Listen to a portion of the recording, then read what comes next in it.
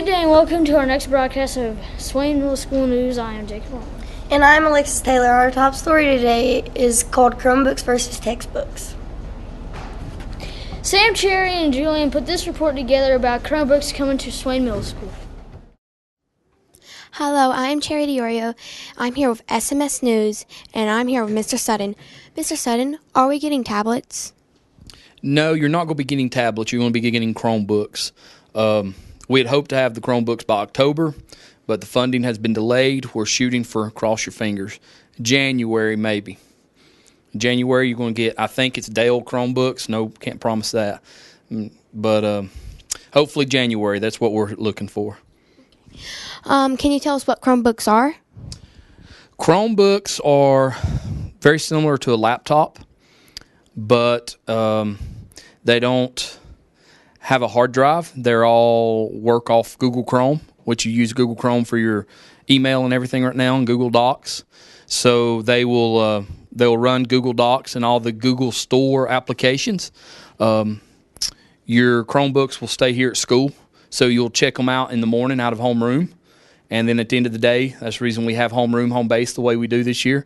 Well, at the end of the day, you can return them to home base. So that notebook or laptop will be yours all day, every day. You'll just have to check it in and out. We'll not be taking them home just yet. The Chromebook, the benefit to the Chromebook is their startup speed.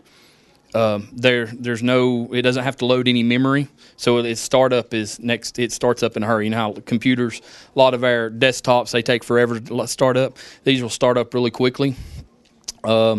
They're as big as a laptop, and so we'll be able to take tests. The EOGs are moving, so they're all going to be online. So these meet the requirement that you can take an online test. You can do Khan Academy on them. I know some of you are doing that with math. Your benchmark testing through SchoolNet, you'll be able to do on those. Then there's all the benefits of the Google Docs. You'll be able to share documents with your teacher and with your classmates, and you'll be able to collaborate using the internet more and your notebooks, your Chromebooks. What do you think one of the defaults are of having a tablet? The Chromebooks, one of the problems is that there's no real storage. So you can't, a lot of times now you save a document to the C drive of your desktop computer. There won't be any of that on a Chromebook. You'll have to save it either to a jump drive or a flash drive or to your Google Docs. What would you prefer, a tablet or a textbook? Well, I'm older, so I still like a textbook. But I think more and more things are going online. So I think the computers, these Chromebooks will really help us increase exposure to new fields, new careers, and help increase students' communication skills. So that you're going to have to do more writing, you're going to have to do more talking, and improve your communication skills. Hello, I am Cherry DiOrio, and I am here with SMS News. I'm here with Mr. Cook. Can you tell us about yourself, please? Yes, I'm the computer technician here at the Swain County Middle School. I also work central office down at pre-K, and I take care of the technology here. Mr. Cook, what do you think are we going to be able to do with Chromebooks? Well, it opens up a lot of new doors. There's a lot of apps from Google that you'll be able to use. It's a lot more interactive than, say, a textbook. You know, a textbook you can open up, you can read through, maybe take some notes. But with a Chromebook, you actually be able to interact with it. You'll be able to watch videos on your subject matter. There are apps there are games that will teach you stuff you don't know and make it a lot more fun and interesting than just reading out of a textbook. What would you prefer, a textbook, a Chromebook, or textbook? I would prefer a Chromebook because a textbook, you're always going to have to buy a textbook anyways. But also with the Chromebook, there's many publications out there that will give you free textbooks, free apps to download, and they come with YouTube videos. There's so many more resources you can research. While you're reading a textbook, you can't really just go, okay, I don't know what that is, and Google it. With a Chromebook, you highlight a word, you search it, and it might lead you to other things you don't know. Okay, thank you. Back to you.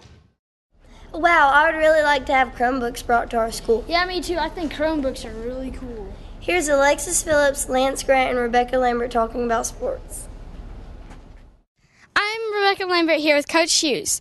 Why did you switch from science to PE? Oh, I had been going to school to be a PE teacher. I graduated Western and got a degree in health and PE and had to do science to kind of wait on a PE job to open, and whenever one came available, I decided to make the change. Thank you. Back to you. I'm Rebecca Lambert here with Coach Marr. Why do you like working with kids? Well, it's nice to see kids grow and see kids learn new things and stuff like that, and it's just neat to see the kids from start at point A and grow and get better and see where they end up at the end of the year. And what is your favorite sport? My favorite sport to play would be golf, to watch would be football. Sweet. Thank you. You're welcome. I am Rebecca Lambert here with Mr. Hawken. We were asking you, how do you train for cross country? Well, to train for cross country, you can't just go out and start running a race right then. What you do, you start off with small distances and you get comfortable running small distances. And then after you've run some short distances for 2 or 3 weeks, then you start building up to longer distances. And once you're used to then the longer distances, then you do what we call speed workouts.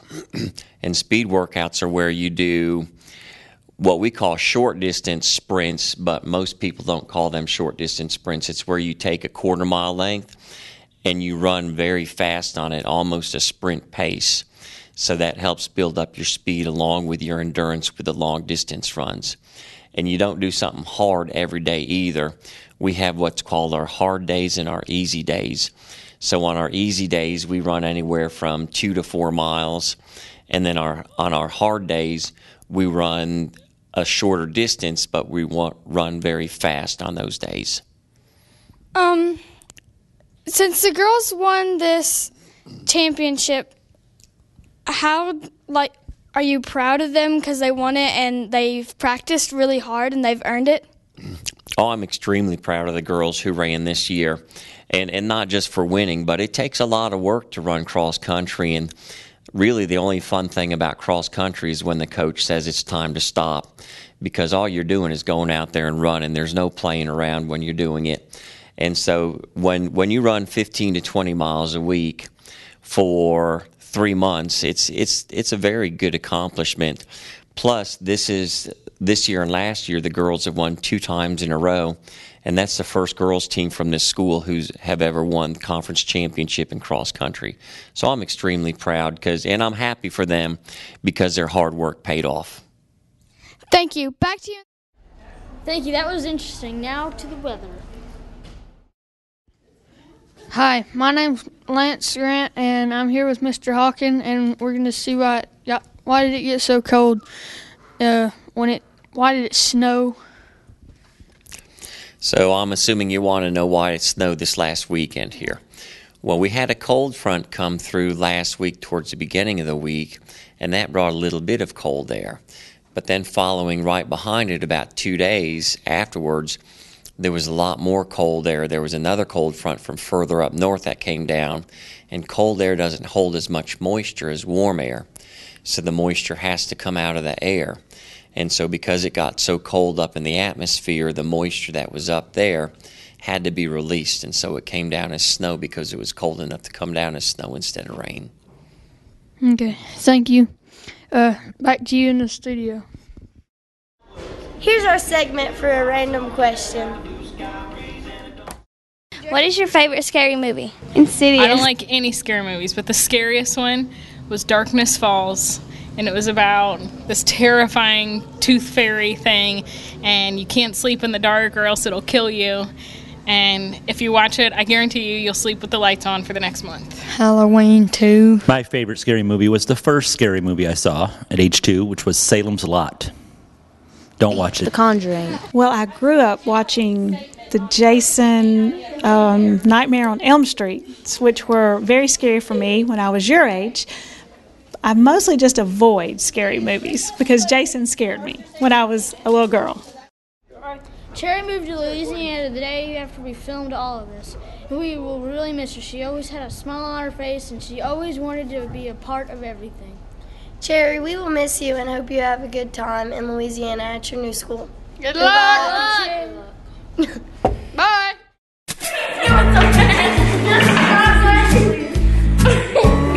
Yeah. What?